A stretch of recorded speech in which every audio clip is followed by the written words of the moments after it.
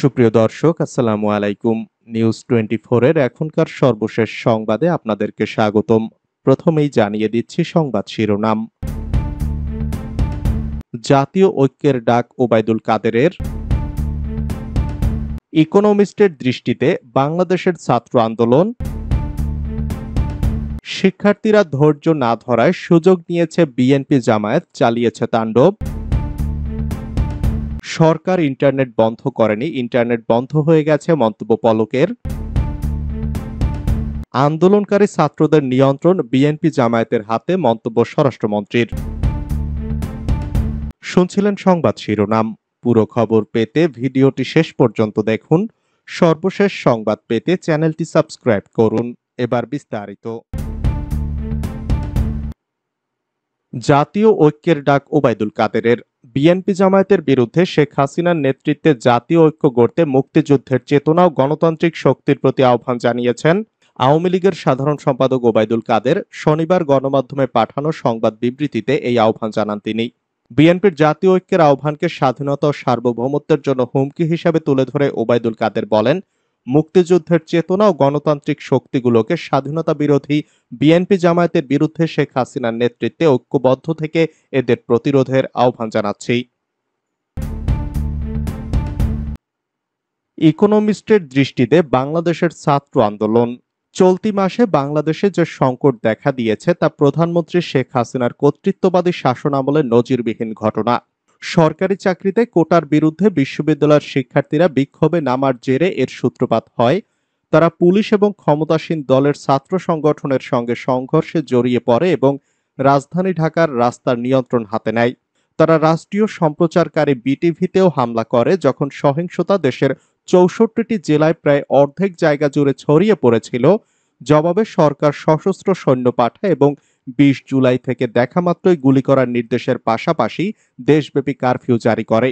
২৩শে জুলাই আংশিক পুনরুদ্ধার না হওয়া পর্যন্ত ইন্টারনেট পরিষেবাগুলো বন্ধ করে দেয় সরকার। বিশ্ব থেকে দেশের ১৭১ মিলিয়ন মানুষকে বিচ্ছিন্ন করে দেয়। ততক্ষণে সরকারের কঠোর পদক্ষেপগুলো ঢাকার বিক্ষোভকে অনেকটাই শান্ত করে এনেছে। প্রতিদিন ২ ঘন্টার জন্য সাধারণ মানুষকে বাইরে বেরোনোর ছাড়পত্র দেয়া হয়েছিল প্রয়োজনীয় কাজ করার জন্য।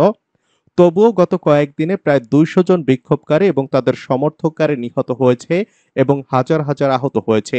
হিসাবটা হয়তো এমন, যা সামনে আনার মানসিকতা শেখ হাসিনার নেই। ১৫ বছরের নিরবিচ্ছিন্ন শাসনের মধ্যে এটি তার সবচেয়ে বড় পরীক্ষা। সাম্প্রতিক দিনের সহিংসতার জন্য কর্তৃপক্ষ কমপক্ষে ৬১,০০০ জনকে অভিযুক্ত করেছে, যার মধ্যে অনেকেই বিরোধী দলের, যাদের শেখ হাসিনা সর্বদা দেশে যা কিছু ঘটে তার জন্য দায়ী করে এসেছেন। এমনকি আন্দোলনের উপর এই ক্র্যাকডাউন অর্থনীতিকে হুমকির মুখেও ফেললেও প্রধানমন্ত্রী বিক্ষোভের সঙ্গে জড়িত অপরাধীদের বিরুদ্ধে কঠোরভাবে প্রতিশোধের আহ্বান জানিয়েছেন। সংকটের মধ্যে তার প্রতিহিংসা পরায়ণ এবং আপোষহীন প্রতিক্রিয়া জনগণের মধ্যে ভুল ধারণার জন্ম দেয়। শিক্ষার্থীদের অভিযোগটি প্রথম সামনে আসে জুন মাসে, যখন হাইকোর্ট ১৯৭১ সালে পাকিস্তানের বিরুদ্ধে দেশের রক্তক্ষয়ী স্বাধীনতা যুদ্ধে লড়াই করা মুক্তিযোদ্ধাদের পরিবারের সদস্যদের জন্য সরকারি চাকরিতে ৩০% আলাদা করে রেখে দীর্ঘদিনের কোটা ব্যবস্থা পুনরুদ্ধার করতে সরকারকে নির্দেশ দেয়।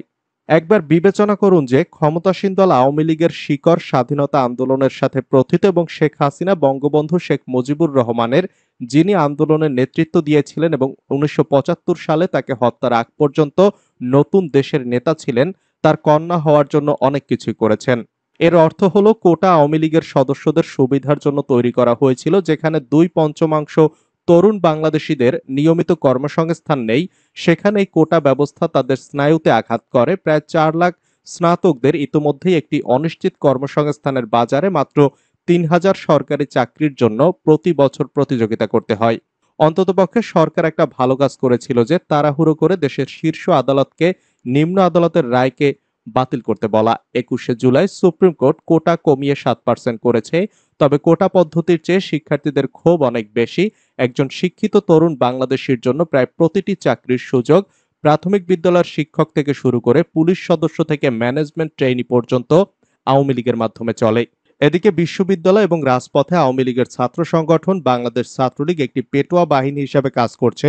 কলেজ ক্যাম্পাসে ছাত্র রাজনীতি থেকে শুরু করে স্নাতকদের কক্ষ বিতরণও তারাই নিয়ন্ত্রণ করে। অনেকেই এই সংগঠনকে ভেঙে ফেলার আহ্বান জানিয়েছেন, কিন্তু সেটি কখনো হবার নয়। শেখ হাসিনার শাসনের স্থায়িত্ব নিয়েও প্রশ্ন ওঠার সম্ভাবনা নেই। বিগত ১৫ বছরে তিনি বড় ধরনের অবকাঠামোগত উন্নয়ন করেছেন, কিন্তু একই সঙ্গে নির্বাচনে কারচুপি, রাষ্ট্রীয় প্রতিষ্ঠানকে ক্ষুণ্ণ করা এবং আওয়ামী লীগ এবং এর ব্যবসায়িক বন্ধুদের মধ্যে ব্যাপক দুর্নীতির সভাপতিত্ব করার অভিযোগের সম্মুখীন হয়েছেন তিনি। এখন যারা তার শাসনের সমালোচনা করে তাদের প্রতি হাসিনার প্রতিক্রিয়া হলো তাদের রাজাকার হিসাবে অভিযুক্ত করা। ১৯৭১ সালে পাকিস্তানের সেনাবাহিনীর সহযোগী, এটাই বোঝায় যে ৭৬ বছর বয়সী প্রধানমন্ত্রী বাস্তবতা থেকে কতটা দূরে রয়েছেন। এমনকি মিত্ররাও গোপনে স্বীকার করছেন যে তিনি ভুল করছেন। তারপরও কোনো মন্ত্রী তার মুখের উপর কথা বলার সাহস পান না। এর অর্থ হলো ক্ষমতাসীন দলের অবক্ষয় টিয়ার গ্যাসের দুর্গন্ধের মতো তীব্র হচ্ছে। আওয়ামী লীগ আপাতত টিকে থাকবে, এমনকি সরকার সংশ্লিষ্ট সহিংসতার রিপোর্ট বাড়ার পরেও। দলের একজন অভ্যন্তরীণ ব্যক্তি বলেছেন, আওয়ামী লীগ ক্ষমতায় থাকা পর্যন্ত তরুণ প্রজন্মের একটা বড় অংশ দেশের সেবা করা থেকে নিজেদের বিরত রেখেছে। আর তাই আওয়ামী লীগ এবং শেখ হাসিনার জন্য সংকটের দীর্ঘমেয়াদী পরিণতি বিপর্যয়কর প্রমাণিত হতে পারে।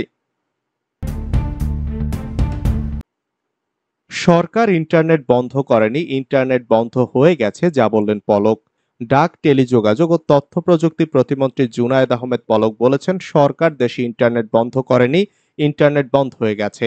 শনিবার প্রধানমন্ত্রীর আইসিটি উপদেষ্টা সজীব ওয়াজেদ জয়ের ৫৩তম জন্মদিন উপলক্ষে রাজধানীতে শান্তির জন্য বৃক্ষ কর্মসূচির উদ্বোধনী অনুষ্ঠানে এ কথাগুলো বলেন প্রতিমন্ত্রী।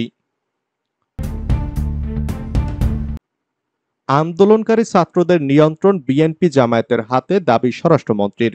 কোটাকে কেন্দ্র করে আন্দোলন করা ছাত্রদের নিয়ন্ত্রণ বিএনপি জামায়াতের হাতে বলে মন্তব্য করেছেন স্বরাষ্ট্রমন্ত্রী আসাদুজ্জামান খান কামাল। শনিবার দুপুরে দুষ্কৃতিকারীদের নাশকতা, সহিংসতার শিকার নারায়ণগঞ্জের বিভিন্ন স্থাপনা পরিদর্শনকালে এমন মন্তব্য করেন তিনি। স্বরাষ্ট্রমন্ত্রী আসাদুজ্জামান খান কামাল বলেন, আমরা আশা করেছিলাম ছাত্ররা সরকারের উদ্যোগ ও উচ্চ আদালতের সিদ্ধান্তকে স্বাগত জানাবেন, কিন্তু দুঃখজনকভাবে তারা সেটি করেননি। তাদের কন্ট্রোল বিএনপি জামায়াত ও জঙ্গিদের হাতে, যারা কিনা দেশকে অকার্যকর রাষ্ট্রে পরিণত করার প্রচেষ্টা চালিয়েছে। তাদের আক্রোশেই ছিল পুলিশ ও আওয়ামী লীগের প্রতি। দুজন সাংবাদিককে হত্যা ও একজন নারী সাংবাদিককে নাজেহাল করেছে তারা।